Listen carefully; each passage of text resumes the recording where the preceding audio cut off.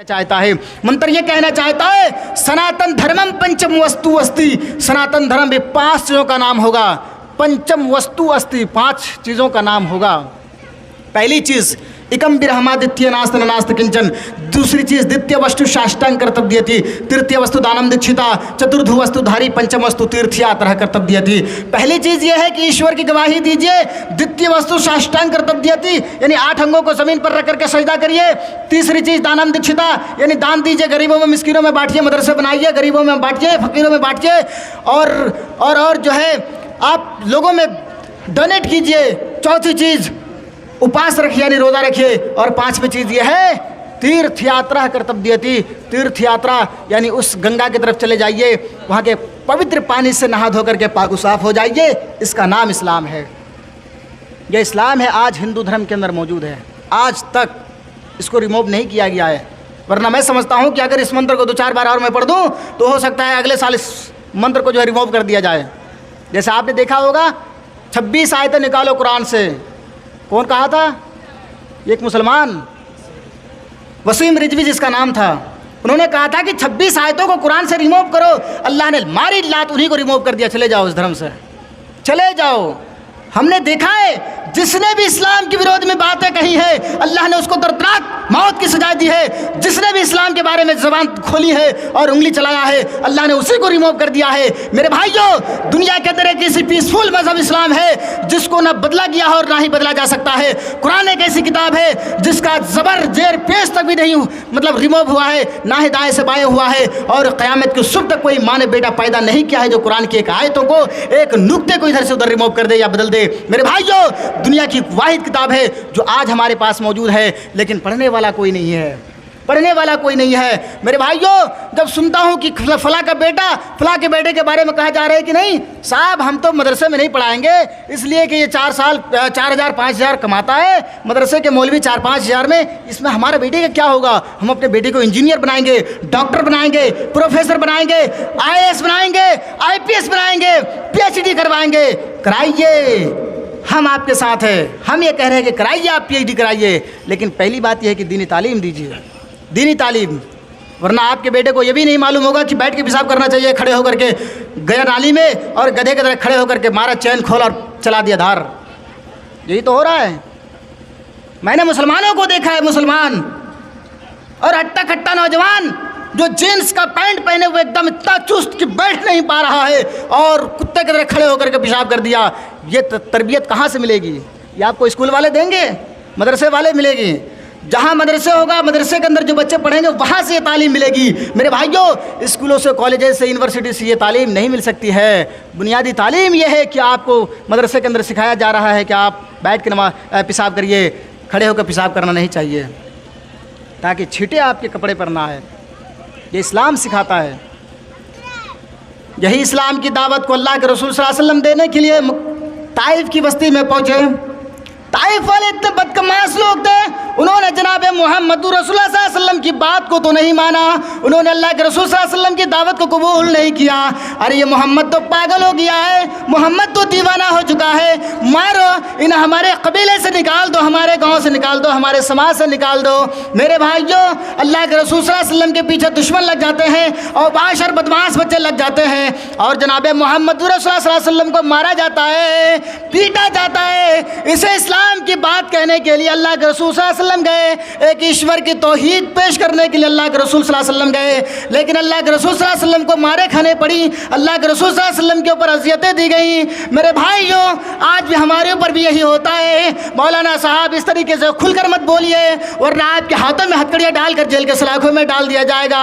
मेरे भाइयों, इस तरीके के हज़ारों बातें हमें सुनने के लिए मिलती हैं, लेकिन मैं वही कहूँगा, हमने ऋग्वेद पढ़ी है, हमने यजुर्वेद पढ़ी है, हमने अथर्ववेद पढ़ी है, सामवेद पढ़ी है, भागवत गीता पढ़ी है, हिंदू धर्म की सारी ग्रंथों को पढ़ा है, यहाँ तक कि हमने पवित्र शास्त्र भी पढ़ा है, हमने गुरु ग्रंथ को भी कोट किया है। तमाम धर्मों के अंदर हमें एक ईश्वरवाद की तौहीद मिली है, एक ईश्वरवाद के बारे में कहा गया है, हमें तौहीद मिला है। हम तो डंके के चोट पर वही कहेंगे जो तुम्हारी किताबों से बतलाई गई हैं, जो आज तक तुम्हारी किताबों के अंदर मौजूद है, वही चीज़ तो हम कह रहे हैं। मेरे भाइयों, ये इस्लाम है। इस्लाम की बातें कहने के लिए दिल गुर्दे होनी चाहिए। इस्लाम की बातें कहने के लिए आपको पछता नहीं होना पड़ेगा, आपको डर और भय से भयभीत होकर के बैठना नहीं पड़ेगा। खुल करके दावत दीजिए। वक्ती तौर पर शैतान परेशान तो कर सकता है, लेकिन जान नहीं मार सकता। ये हमें भी फेस करना पड़ता है। अभी वही होगा, 7-8 साल से हम लोग प्रोग्राम कर रहे हैं, तकरीरें कर रहे हैं, लेकिन 7-8 साल से न जाने मेरे साथ क्या हुआ है। आप हमसे पूछिए, हमसे पूछिए। एक आदमी मेरे घर पे फ़ोन करके कह रहा है कि मेरे अब्बू को कि आपके बेटे फला जगह प्रोग्राम में आ रहे हैं, उनको आने मत दीजिए, इसलिए कि वहाँ लोग मारने के लिए तैयार है। मेरे अब्बू घबरा गए। मेरे अब्बू बोले मुझे, मौलाना फला जगह प्रोग्राम आज आपका है। हमने कहा बिल्कुल। कहा कि नहीं जाना है। हमने कहा क्यों? कहा अरे वहाँ के लोग ऐसे बातें कह रहे हैं कि आपके ऊपर दुश्मन फिट किया गया है, आपको मार डालेगा। मैंने कहा इल्ला नज़लत अलैहिमुस सकीना व गश्यतहुमुर रहमा व हफ़्फ़तहुमुल मलाइकतु व ज़करहुमुल्लाहु फ़ी मन इंदा। मैंने कहा मेरे अब्बू, हमारे घरों में कुरान की तालीम होती है, हम उस कुरान को कोट करते हैं, पढ़ते हैं। इल्ला नज़लत अलैहिमुस सकीना, उस घर में अल्लाह की सकीनत नाजिल होती है। व गश्यतहुमुर रहमा, और अल्लाह की रहमतें उसके ऊपर तारी होती है। व हफ़्फ़तहुमुल मलाइकतु व ज़करहुमुल्लाहु फ़ी मन इंदा। अल्लाह तबारक व तआला अपने फरिश्तों से कहता है कि देख फरिश्ते, मेरे बंदे के घर में कुरान पढ़ा जा रहा है, मेरे बंदे के घर में कुरान की तालीम होती है। जब तक अल्लाह चाहेगा हमें कोई दाएं से बाएं नहीं कर सकता है। जब तक अल्लाह मुझे सरजमीन पर रखना चाहेगा, किसी की गोली और किसी की बंदूक काम नहीं करेगा। मैंने कहा हम किसी से डरते नहीं है, ना ही तुम्हारी बंदूक से निकली हुई गोली से डरते हैं, ना ही तुम्हारी बंदूक से निकली हुई वो बौछार से डरते हैं, ना तुम्हारी तीरों का डर, ना तलवारों का डर, ना तुम्हारी बंदूक का डर, ना ही तुम्हारी दोगली और पॉलिसी का डर। हमें किसी चीज़ का डर नहीं है। हम सीना चढ़कर बोलते आए हैं और क़यामत के सुबह तक बोलते रहेंगे, जब तक मेरे अंदर जान जिंदा रहेगा। समझ रहे हैं? इस तरीके की बातें हमें भी फेस करनी पड़ी है, लेकिन अल्लाह तबारक व तआला से दुआ करता हूँ मौला करीम जब तक हमें ज़िंदा रखना, अल्लाह तबारक व तआला यही दिन की बातें लोगों तक पहुँचाने की तौफीक दें, तौफीक अता फरमा। हमने बाइबल के अंदर भी ये देखा है एक ईश्वरवाद की। बाइबल के अंदर ईसा अलैहिस्सलाम कहते हैं कि मेरे बाद, gospel of John chapter number 14 वर्ष नंबर 11 उठाइए तो उसमें मिलेगा। ईसा अलैहिस्सलाम अपने भक्तों से कहते हैं कि आए मेरे मानने वाले, हम जो धर्म तुम्हारे दरमियान लेकर के आए हैं उसको कंप्लीट नहीं बता पाए। हमारे बाद मोहम्मद नाम का आदमी आएगा, अहमद नाम का आदमी आएगा, जो तुम्हें विस्तार से बताएंगे। यही चीज़ तो वेदों के अंदर भी मौजूद है। अहमद पितुस्परी मेघा मृत्य सजगरब अहम सूर्य व जने। अहमद नाम का एक आदमी आएगा जो सूर्य की तरह चमकेगा, जो सूरज की तरह चमकेगा। आज जब सूरज पूरब से निकलता है तो हिंदू को भी रोशनी देता है, ईसाइयों को भी रोशनी देता है, चकड़ालियों को भी रोशनी देता है, अल्लाह के मानने वालों को भी रोशनी देता है, अल्लाह के इनकार करने वालों को भी रोशनी देता है। मोहम्मद पितुस्परी मेघा मृत्य सजगरब अहम सूर्य वाजनी। मोहम्मद नाम का एक आदमी आएगा जो सूर्य की तरह चमकेगा। इसी को भागवत पुराण के अंदर भी कहा गया है, इथकलो गत्पराय जने सुगरगड़ मिर धर्म तरणाय शतवेन भगवान दृश्यते। इसी को श्रीमद् भागवत गीता में कहा गया है, यदा यदा ही धर्मस्य ग्लानिर्भवति भारत अभ्युत्थानां धर्मस्तदात्मानः सृजयामः परित्रणाय साधूनां विनाशाय च कृष्णां धर्म संस्थापनार्थं भवामि युगे युगे। क्या सोच रहे हैं कि पंडित बुला कर लाया है कि मौलवी बुला कर लाया है? यही सोच रहे होंगे ना। हम लोगों से पूछिए कि कितनी मेहनतें करनी पड़ती हैं। संस्कृत एक ऐसी हार्ड ज़बान है जो ज़बान से टूटती नहीं है। इतनी मुश्किल और हार्ड ज़बान है। अहमद पितुस्परी मेघा मृत्य सजगरब अहम सूर्य वाजनी। अहमद उसका डिफिनेशन है अहम मा मया मजम मत मम में मई, ये गर्दान है उसकी।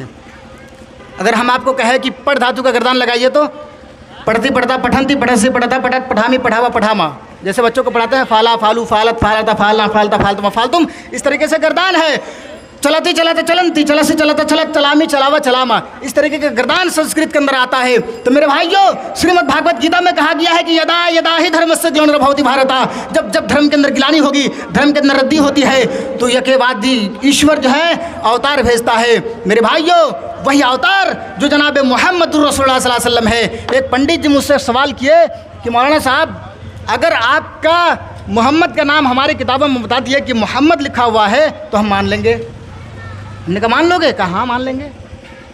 मैंने कहा कोई बात नहीं है, आप अपनी ज़बान से हटेंगे तो नहीं। आप अपने वादे से तो मुकर तो नहीं जाएंगे। हम आपकी किताबों से मोहम्मद साबित करेंगे, मोहम्मद, ये नहीं कि महामद। इस तरीके से बहुत मंत्र हैं, महामद, पितस्वरी, मेघा, मृत से जरब या उन्मा, कलकी, नरासंस, इस तरीके का हज़ारों मंत्र मौजूद है, लेकिन लफ्ज़ मोहम्मद मैं दिखाऊंगा, मोहम्मद। हमने कहा मेरे भाई पंडित जी, अगर आप भविष्य पुराण पढ़े होते, भविष्य पुराण पर्व 3 खंड 3 अध्याय 3 सफ़ा नंबर 375 उठाइए तो देखिए लिखा है, ये तस्मिन् मंत्रे मलेच्छ आचार्य समन्विता महामदिति खयात शिष्य शाखा समन्विता। महामद नाम का मलेच्छ आएगा, एक गुरु आएगा जो लोगों को इस्लाम के बारे में बताएगा। वो रेगिस्तानी इलाके में होगा, उनका माँ का नाम आमना होगा, बाप का नाम अब्दुल्ला होगा। वो कहाँ पैदा होंगे, किस खानदान में पैदा होंगे, किस जगह पैदा होंगे, वेदों के अंदर सारी व्याख्याएं मौजूद है। अल्लाह के रसूल सल्लल्लाहु अलैहि वसल्लम के बारे में कहा गया है, मोहम्मद नाम का एक आदमी आएगा जो मलेच्छ होगा, जो गुरु होगा, जो लोगों को इस्लाम के बारे में बताएगा। वो रेगिस्तानी इलाके में होगा, शुक्ल पक्ष माधव शुक्ल पक्ष माधव मास में पैदा होंगे, 12 रबीउल अव्वल को पैदा होंगे।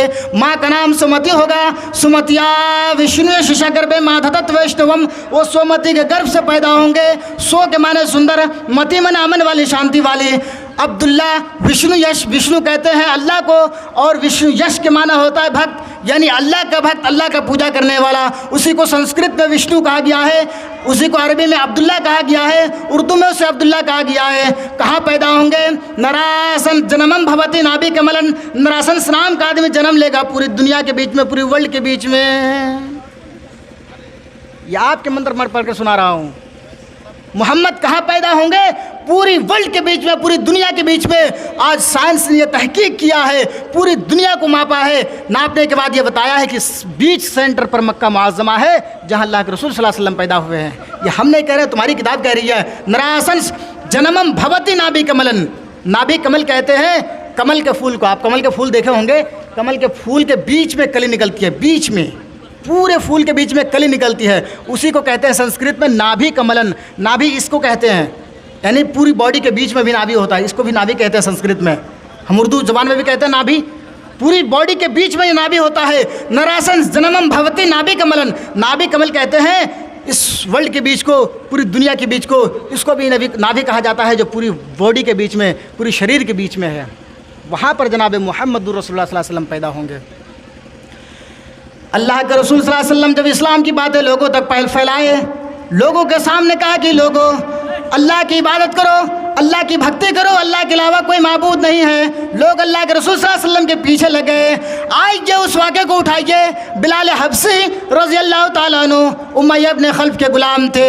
जब हज़रत बिलाल ने इस्लाम कबूल किया तो मेरे भाई जो उमय्या इब्न खल्फ, उसको इस तरीके से अज़ियतें दिया करते थे कि भारी पत्थर सीने पर रख दिया करते थे और ये कहते थे कि मोहम्मद को इनकार करो, मोहम्मद के दीन को इनकार करो, मोहम्मद का रब का इनकार करो, वरना हम तुम्हें इस पत्थर में मार देंगे, पत्थर रख करके तुम्हें मार देंगे। चटाई पर लपेट कर धुआं दिया जाता था ताकि धुएं की वजह से इस्लाम से फिर जाए। लेकिन एक ही बात, अल्लाहु अहद, अल्लाहु अहद, अल्लाहु अहद कहते थे। हज़रत बिलाल कहते हैं कि नहीं नहीं, अल्लाह एक है, अल्लाह एक है, अल्लाह के अलावा कोई माबूद नहीं है। मेरे भाई जो वो सुमैया जिसके शर्मगाह पर बरछा मारा गया, अबू जहल ने सुमैया के शर्मगाह पर बरछा मारा और कहा कि सुमैया इस्लाम से फिर जाओ। अम्मार, यासिर और सुमैया, इन दोनों तीनों को इस तरीके से अज़ियतें दी गई हैं। मेरे भाइयों, आज तो इस्लाम के मानने वालों पर कोई जुल्म ज़्यादती नहीं हो रही है। आज अगर NRC, CAA और NPR अगर कोई चीज़ आती है तो मुसलमान डर जाता है। हाय अल्लाह, ये क्या होगा, हमारे ऊपर तो सही ये CAA लगा रहा है, NPR लगा रहा है, 370 धारा हटा दिया गया है। इन तमाम चीज़ों को देख करके मुसलमानों का दिल पिघल जाता है और ये कहता है कि हाय अल्लाह, ये क्या होगा, अब तो हमें ये लोग मारेंगे, हमें कत्ल करेंगे। मेरे भाइयों, अल्लाह के रसूल सल्लल्लाहु अलैहि वसल्लम की सही हदीस है कि एक ऐसा ज़माना आएगा कि तुम्हारी ईमान निकल जाएंगी। जैसे सैलाब में कूड़े करकट उगते हैं, वैसे मुसलमानों को जिधर बहाना चाहे बहा ले जाएगा। मेरे प्यारे साथियों, टिकटॉक की दुनिया में देखिए तो मुस्लिम लड़कियाँ ज़्यादा नज़र आती हैं। यही मुसलमान लड़कियां हैं जो कलमा पढ़ती हैं, वो गोबर पुत करके पूरे चेहरे में, होंठों पर लाल रेड कलर की गोबर पुत कर आती है और अपना नाम शबनम बताती है, अपना नाम फलां बताती है, और बताने के बाद वो टिकटॉक पर इस तरीके से नाचती है कि देखकर शर्म आती है। मेरे भाइयों, जहाँ अल्लाह तबारक व तआला ने फरमाया वक़रना फ़ी बुयूतिकुन्ना वला तबर्रजना तबर्रुजल जाहिलियतिल ऊला, आए नबी आप अपनी बीवियों को, आप अपनी बेटियों को, तमाम मुसलमानों को ये ऑर्डर दे दीजिए कि वो 4 दीवारों के अंदर रहे, 4 दीवार से बाहर न जाए। मेरे भाइयों, आज हमारा ईमान यह है कि हमारी औरतें खुलेआम घूमती हैं। आज उसके पास कोई बॉडीगार्ड नहीं होता, उनके साथ कोई नहीं होता है, वो अकेले जाकर मार्केटिंग करती हैं, अकेले जाकर बाजार में जाती हैं। वो सुमैया जिसके दंदाने मुबारक यानी जिसकी शर्मगाह पर अबू जहल ने बरछा मारा, वो सिर्फ इतना कहती थी कि अल्लाह एक है, अल्लाह के अलावा कोई माबूद नहीं है। उनके हाथों की हथेली नहीं देखी। वो अल्लाह के रसूल सल्लल्लाहु अलैहि वसल्लम की बेटी फातिमा, जिन्होंने अपने शौहर से कहा था कि मेरे शौहर